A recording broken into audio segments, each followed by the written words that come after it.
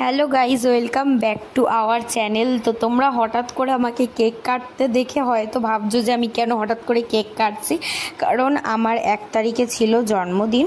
তো জন্মদিন যেহেতু মঙ্গলবারে পড়েছিল, দিদাদের বাড়িতে মঙ্গলবারে আর কি আমিষ কিছু খাওয়া হয় না, ওই জন্যে দিদা সোমবার দিন মানে 30 সেপ্টেম্বর নিয়ে এসেছিল আমার জন্য কেক।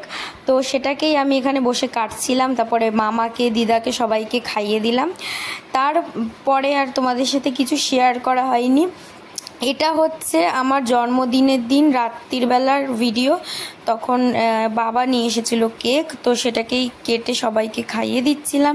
তারপরে দুপুরবেলা আমি আর মা বেরিয়ে পড়েছিলাম দিদাবাড়ির উদ্দেশ্যে। দিদাবাড়িতে দিয়ে এসেছিলাম আমার জন্মদিনের পায়েস, যেটা মা বানিয়েছিল।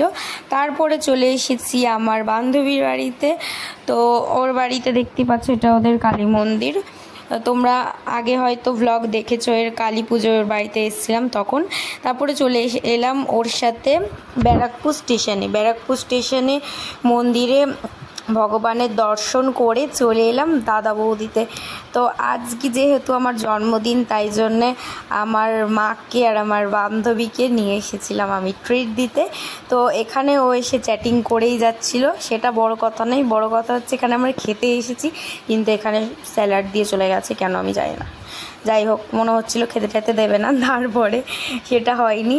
পরে এসে দিয়ে গেছে আমাদের বিরিয়ানি, যেটা সবার প্রিয়, আমারও তো খুব ফেভারিট।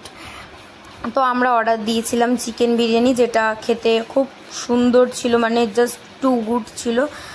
তো এটাই আমি একটু ভিডিও করছিলাম। আর যেহেতু খুব গরম থাকে, তো দেওয়ার সঙ্গে সঙ্গেই খাওয়া যায় না, তো তাই ভিডিও করছিলাম, একটু গল্প টল্প করছিলাম। তারপর খাওয়া দাওয়ার পর বেরিয়ে পড়লাম, আমরা চলে এলাম।